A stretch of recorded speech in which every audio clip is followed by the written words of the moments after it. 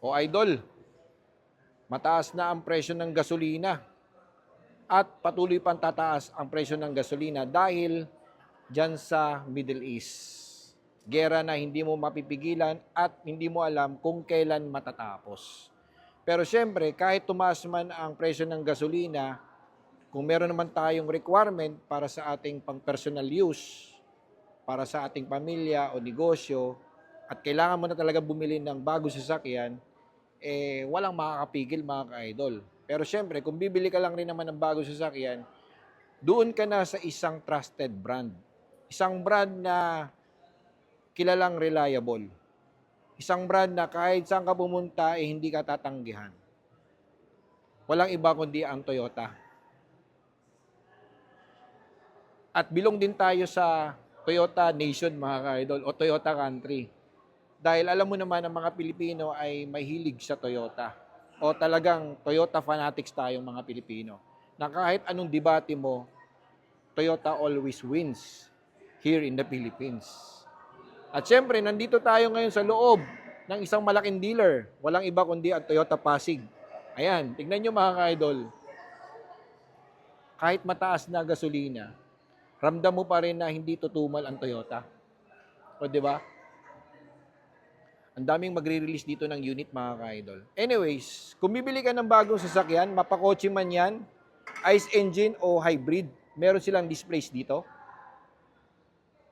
At kung kursunado mo naman is yung mga compact SUV o crossover, meron din sila dito, kagaya ng Race, Yaris Cross, Corolla Cross. Meron din silang MPV, kagaya ng Innova, Cinex, midsize SUV, kagaya ng Fortuner, pickup, at meron din silang van mga ka-idol. Pero wala silang display dito. Meron din silang luxury car, kagaya ng Toyota Camry. Okay? So kung bibili po ako ng sasakyan o ikaw bibili ng sasakyan, anong pipiliin mo? Magkukotse ka ba o mag-SUV ka? Siyempre, SUV ka na kagad mga ka-idol dahil alam mo naman dito sa Pilipinas, bahain at malalalim ang lubak. Matataas din po ang mga humps. Kaya mahirap na mga ka-idol. Mas maganda magsiguro ka na may mataas na ground clearance at medyo upright ang iyong sitting position. Kumbaga medyo mataas ka ng konti dun sa mga kotse mga ka-idol. So ang napupusuan ko is Toyota Yaris Cross. Ayan. Hybrid yan mga ka-idol ha. So meron silang dalawang displays dito. Isang Yaris Cross S, isang top of the line, simpleng top of the line, at meron din po silang Yaris Cross na SE. Ito ay parang GR Sport mga ka-idol. Kumbaga naka-accessorized mga ka-idol. Ang price nito ay nasa 1,610,000. Ayan. While yung SE naman is 1,690,000. So, alin ang pipiliin mo? Sa sporty o simple but same size, same engine, same riding comfort, halos same lahat, except lang yung mga aesthetics doon mga ka-idol. Kung gusto mo medyo flashy ka ng konti, doon ka sa SE. Pagdagdag ka lang ng 80,000 mga ka-idol. Pero kung gusto mo is yung praktikalan lang, simpleng mayabang, dito ka na mga ka-idol. Okay, so kung interesado ka dito sa bagong Yaris Cross, tara ikutan natin ito mga ka-idol. Sabihin ko sa inyo kung ano yung pros nito at cons din nito mga ka-idol.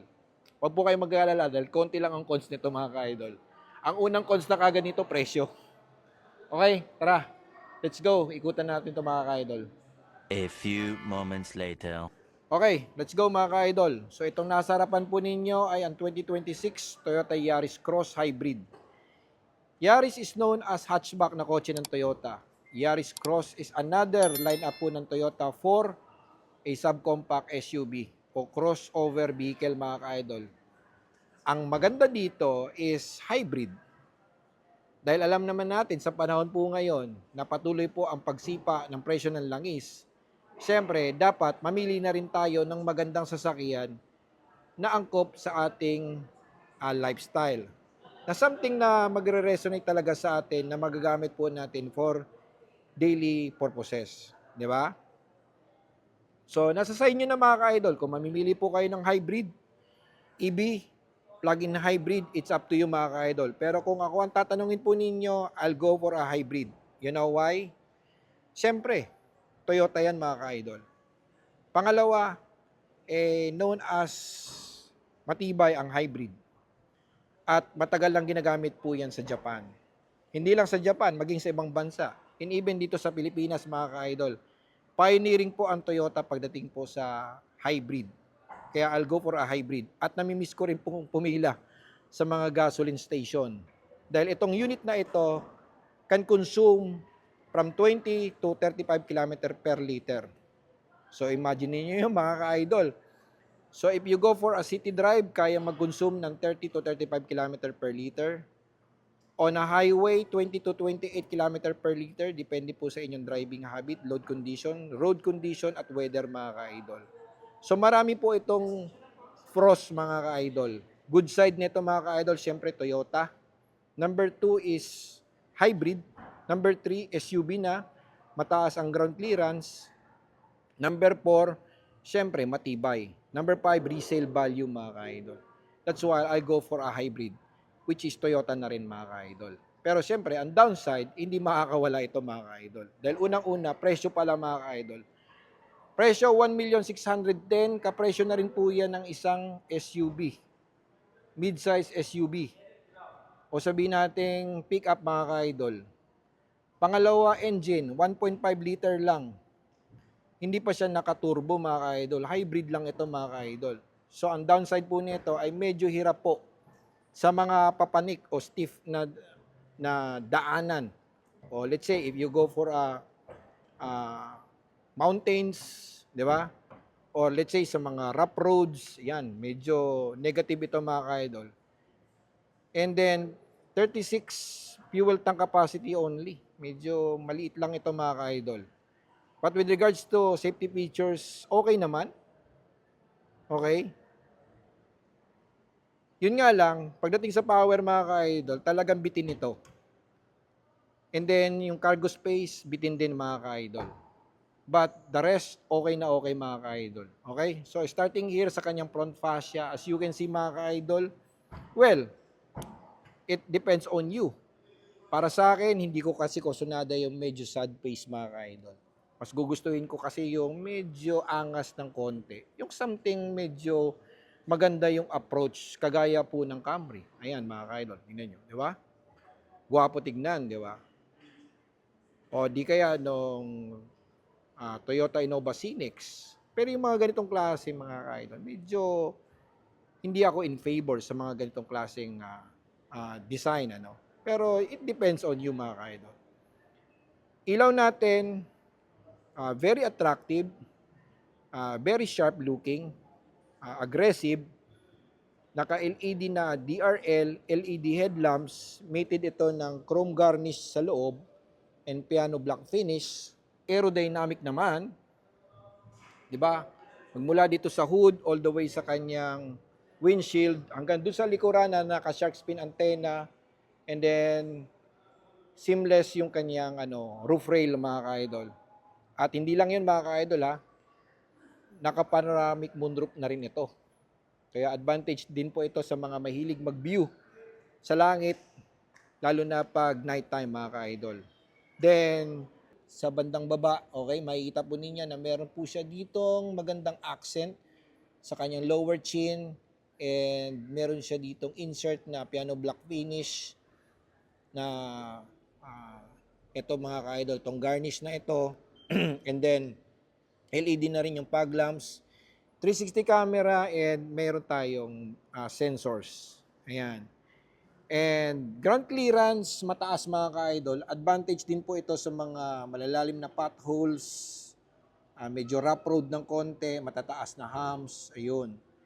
And then side profile, very attractive, although wala masyadong curve lines mga ka-idol. But still, matibay mga ka-idol dahil makapal po ang bakal. And then meron po siyang inserts na plastic dito. 18-inch alloy wheels, two-tone po yan. Bridgestone tires ang ginamit. And then, naka-ventilated disc yung harapan, while likuran naman is naka-solid na disc brake mga ka-idol. So as you can see, starting here sa front, all the way sa over fender, hanggang dun sa pinaka-lower trim ng kanyang door side mga ka-idol, napaka-gwapo tignan. And then aerodynamic din yung kanyang side mirrors, meron din tayo ditong side turn signal lamp, another camera, and then black roof line mga ka-idol para magmukhang sportier itong unit natin. Sa likod natin, makikita po ninyo na napaka-compact tignan. Rear spoiler, shark fin antenna, LED third brake light, defogger, wiper, camera here, sonar box sensor. Engine wise, pakita ko sa inyo mga ka-idol. Ayan. So malinis yung pagkakagawa, maayos ang layout, madaling makahinga yung makina, naka-engine cover, so napaka-decent look mga ka-idol. Narito yung ICE engine, hybrid engine, at as you can see mga ka-idol, marami ditong mga wirings. So, mag-ingat lang ng konti doon sa mga lugar na medyo maraming peste dahil mabango po ito sa mga daga mga ka-idol. So, speaking of that, kung sakaling may mangyari sa inyong mga wirings, mangat-ngat po yan ng daga, whatsoever, syempre, hindi po yan under ng warranty. Yan ay papasok na rin po sa insurance. So, make sure na dapat ang inyong insurance ay laging updated. Dahil who knows, kung more than 1 year nyo na ginagamit ito at saka lang ito tinamaan o kinagat po ng daga, yung mga wirings na yan, at hindi po kayo insured, sigurado mga ka-idol. Di ba? At medyo may kabigatan po yung kanyang hood. So if I were you, mas maganda siguro palagyan po ninyo ng hydraulics para mas easy for you to pop up the hood mga ka-idol. Then moving forward, pasok tayo dito sa interior. Ayan. Driver side door panel. Yan, napaka-luxurious tignan and sporty. Mated ito ng premium plastic. Ito naman ay leather. And then piano black finish. Ayan, madali mong i-grab mga ka-idol. And chrome accent sa kanyang door opener. Pioneer speakers. 6 speakers yan na Pioneer mga ka-idol. So napakaganda po ng tunog ng ating music just in case na mag-aano po kayo, no? Magsa-sound tripping po kayo. Then all power. And then central door locks and power retract yung side mirrors po natin. Meron kang dalawang bottle holder dito. May scuff plate na rin mga ka-idol na aluminum na hindi po kayo kakaba-kaba na kung ito ba ay kakalawangin o whatsoever. Ayun. At medyo mababa lang dito sa kanyang ground clearance, no? So, although mataas yung bandang ibaba, pero kung talagang titignan mo mga ka-idol, mababa pa rin siya mga ka-idol, di ba? Mataas dito sa bandang ilalim, mababa dito sa bandang taas. Dahil madali kang makapanik eh. Tama mo ba? At hindi lang yun mga ka-idol. Hindi masyadong malalim yung kanyang dashboard. So, madalas kang maglinis ng iyong sasakyan. So, syempre, madali mong maabot yan. Madali mong malinis yan mga idol. At premium plastic yung ginamit. At may mga accents dito na makikita po ninyo that signifies na ito ay hybrid. Blue eh. And then, ito naman ay leather with stitching. Malaki yung kanyang air vents. And then, may mga controls po dito. And then, steering wheel natin, may mga controls na rin dito mga ka-idol. Anyway, itong unit po natin ay keyless entry, push start engine. Equipped na rin ito ng safety features, yung mga security features mga ka-idol. And then yung kanyang instrument cluster naman, 7-inch, I think digital na rin ito mga ka-idol. 10.1 inch and yung center natin, dito mo makikita yung ating aircon controls, power, push start engine, and then wireless charging, another charging port para sa Type A natin na jacks and USB port, auto hold, electronic parking, ayan. And then meron tayong bottle holder, cup holder, ayan mga ka-idol. Medyo mag-ingat lang kayo ng konti dahil kung medyo magaslaw po kayo, baka madaling mabali lang ito mga ka-idol. Ayan, handle it with care mga ka-idol. And then may separation dito in between the driver and passenger. Yun ang maganda mga ka-idol. Okay? And then steering naman natin is tilted lang ito pero hindi po siya telescopic. Ang maganda dito mga ka-idol is equipped with safety features. Meron siyang tinatawag na lane keeping assist,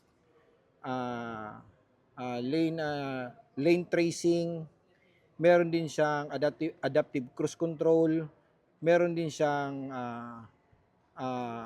hill start assist, meron din siyang auto high beam. At hindi lang yun. Siyempre, pagdating sa upuan mga ka-idol, premium leather ang ginamit, leatherette and leather. Ito po yung leatherette. Ito naman yung leather mga ka-idol para mas matibay po. And it looks like na parang hindi naman magkukos ito ng lower back pain po sa inyo in case na gamitin po ninyo ito for long drive. Dahil kung titignan po ninyo yung seat arrangement niya mga ka-idol, ayan, para lang siyang nakaupo ka talaga sa normal na upuan. Ayan. Di ba? At spacious na rin siya mga ka-idol. Pagdating naman sa kanyang headroom, tama lang mga ka-idol. Saktong-sakto lang rin talaga mga ka-idol. Ayan. Ibababa ko ng maigi. Ayan mga ka-idol. So, napakaluwag na talaga mga ka-idol. O, di ba? Maayos tignan mga ka-idol. At syempre, naka-panoramic moonroof mga ka-idol. But, dapat lagi po ninyong gamitin ang kanyang rear seat belt mga ka-idol. Dahil alam nyo kung bakit. Just in case na mag-cruising po kayo on a highway at medyo mabilis lang inyong takbo at nagkaroon ng emergency, nagkaroon ng banggaan, side impact collision o nag-roll over kayo mga ka-idol at hindi po kayo gumagamit nitong seat belt na ito, definitely lalabas po kayo dito sa kanyang moonroof. Titilapon po kayo palabas mga ka-idol. So, be cautious mga ka-idol. Dapat lagi po ninyong gagamitin ito. Kahit dito lang sa EDSA mga ka-idol. Lalo na kung mabilis na ang inyong takbo. Okay? So, ayan mga ka-idol. At medyo manipis yung kanyang A-pillar. Advantage po ito sa mga blind spots. Lalo na pag nandudong ka na sa mga in-between crossing, cornering mga ka-idol, advantage po yan. And then may mirror dito with LED lights. Ganon din dito para kay Mrs. kung gusto po niyang mag-makeup. Ayan. Yun nga lang, wala po kayong lagayan ng shades dito. And LED na rin ito mga ka-idol. Anyways, moving forward, dito naman tayo sa bandang rear. Ito yung Kursunada Compart mga ka-idol. Ayan. Meron tayo ditong bottle holder, another storage here kung gusto mo lagay ang iyong cellphone, or dito mga ka-idol, lagayan mo ng balat ng mani. Joke lang mga ka-idol. And then tignan niyo mga ka-idol, very spacious. Ito, medyo sagad na yan sa bandang harapan mga ka-idol, pero still maluwag pa rin. Okay? Pwede kang tumukod ng ganun, tapos meron tayo ditong pocket and another air vents here. Tapos hindi naman masyadong mataas yung kanyang center aisle. So, maluwag. And meron tayo ditong center armrest with cup holder mga idol. Ayan. Ayan. Check po ninyo sa bandang likuran. Ayan. Ayan. At kung sakaling maglo-long drive po kayo, komportable pa rin ang mag-slouch dito sa bandang likuran. Pag mumuni-muni kayo, ayan. Komportable pa rin. Maayos. At syempre, masarap yung yung feel ng kanyang leather mga ka-idol. Hindi siya hindi siya yung parang yung alam mo yun yung madaling masira. mukha talagang matibay. Mukha talaga siyang premium mga ka-idol. And buksan natin yung bandang rear boot niya. Ayan. Yung boot space niya ay medyo masikip dahil po yan sa curve niya dito mga ka-idol. So imagine niyo meron pa ditong quarter window Para saan kaya yan? Parang pinapahirapan natin ang tinter Ayan mga ka-idol. So meron kayong another space here for privacy. Kung meron kayong gustong ilagay dito na tools o whatsoever na gusto niyong itago na hindi po makikita ng mga magnanakaw, pwede. And another storage here mga ka-idol. Dami. Pero hindi lang yan mga ka-idol. Meron pa dito sa bandang ilalim. Ito nga po yung inyong spare wheel. Donut type na spare wheel na mukha siyang full size. Donut type lang ito pero mukha nang mabigat para sa akin mga ka-idol dahil hindi siya ganun kanipis. Diba? At ginawa talagang iba ang kulay para ma-discourage po kayo na manatili yung inyong spare wheel dito sa inyong mga gulong. Anyways, so much for that mga ka-idol. I hope nagustuhan po ninyo ang content ng unit na ito sa araw na ito. Just in case you are planning to buy a brand new car, hindi lang pertaining dito sa Toyota Yaris Cross or even sa any Toyota vehicles here in the showroom, don't hesitate to message me mga ka-idol. Call me. Nyo lang po ako, i-reach out nyo lang po ako sa aking Facebook page, The Car Loan Expert. Okay? So, thank you for watching dito lang sa akin mga ka-idol.